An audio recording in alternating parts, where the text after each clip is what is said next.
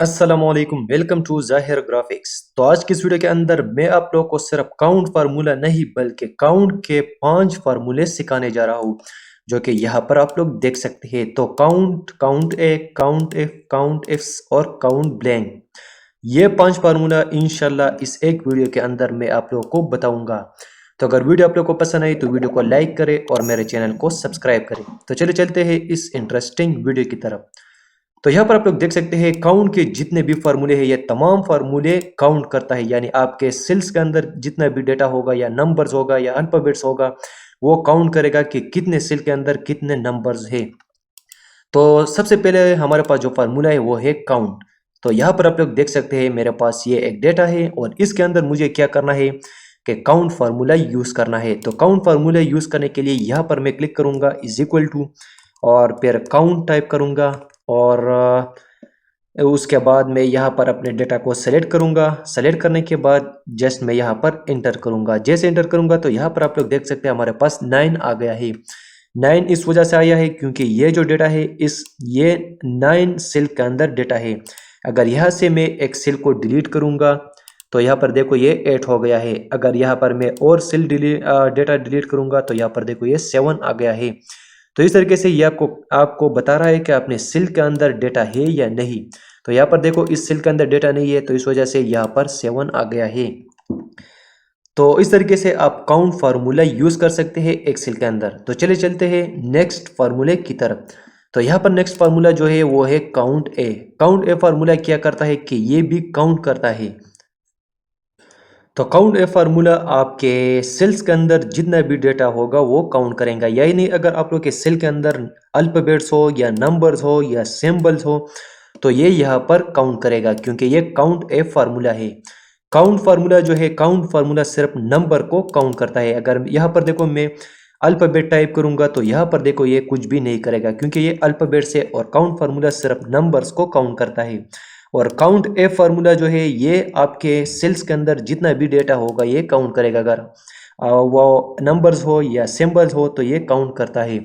तो यहाँ पर मैं क्या करता हूँ, काउंट ए फार्मूला के लिए मैं क्या करता हूँ कि इज इक्वल टू टाइप करूंगा और काउंट ए टाइप करूंगा। जैसे काउंट ए टाइप करूंगा तो यहाँ पर आप लोग देख सकते हैं हमारे पास काउंट ए फार्मूला आ गया है। इस पर डबल क्लिक करेंगे और डबल क्लिक करने के बाद अपने डेटा को सेलेक्ट करेंगे। सेलेक्ट करने के बाद यहाँ पर मैं एंटर करूंगा। तो जैसे एंटर करूंगा यहाँ पर देखो 8 आ जाएगा। 8 इस वजह से आया क्योंकि ये जो नंबर है ये 8 है। तो यहाँ पर देखो मैं इसको काउंट करता हूँ 1 2 3 4 5 6 7 8। तो ये हमारे पास 8 है। अगर मैं यहाँ से कोई भी सेल का डेटा डिलीट करूंगा तो यहाँ पर देखो ये 7 आ जाएगा क्योंकि इस सेल के अंदर डेटा नहीं है।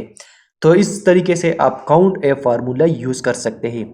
तो चलते हैं नेक्स्ट फार्मूले की तरफ। हमारा जो नेक्स्ट फार्मूला है वो है काउंट एफ। काउंट ए फार्मूला जो है ये भी काउंट करता है लेकिन ये कंडीशन के लिहाज से काम करता है। तो यहाँ पर देखो मिसाल के तौर पर मेरे पास इस स्टूडेंट डेटा के अंदर क्या है, नेम है स्टूडेंट का, और यहाँ पर उनके वीक्स के अंदर जितने भी प्रेजेंट होगा जितने भी एब्सेंट होगा वो मुझे यहाँ पर निकालना है। तो टोटल प्रेजेंट और टोटल एब्सेंट निकालने के लिए हम क्या करेंगे, if formula, count if formula use करेंगे।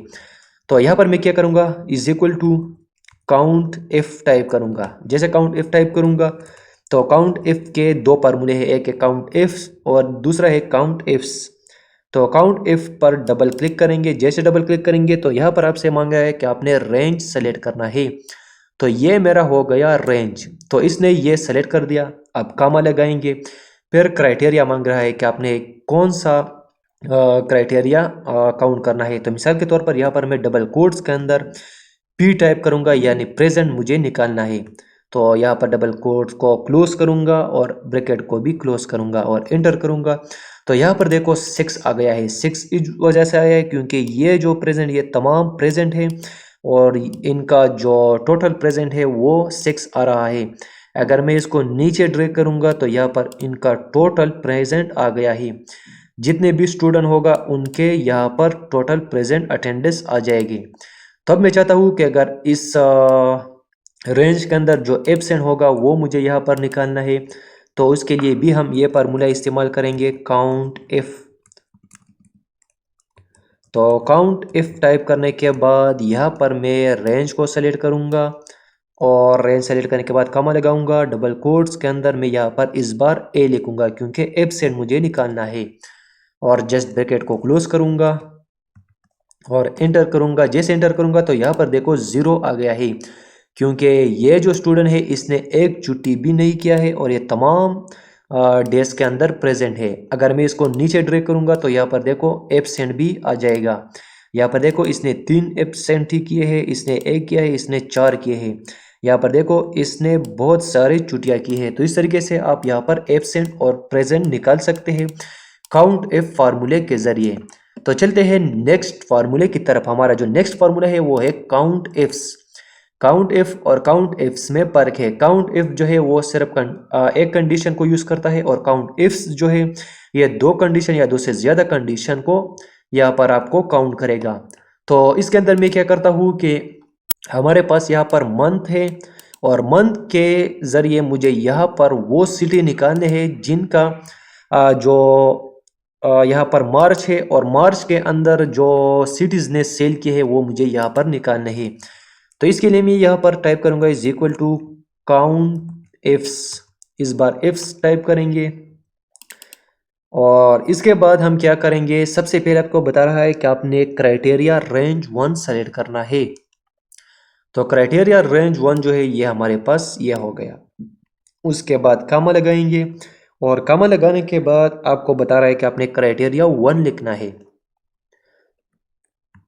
तो क्राइटेरिया 1 के अंदर हम वो मंथ टाइप करेंगे जिनका मुझे सिटी निकालना है।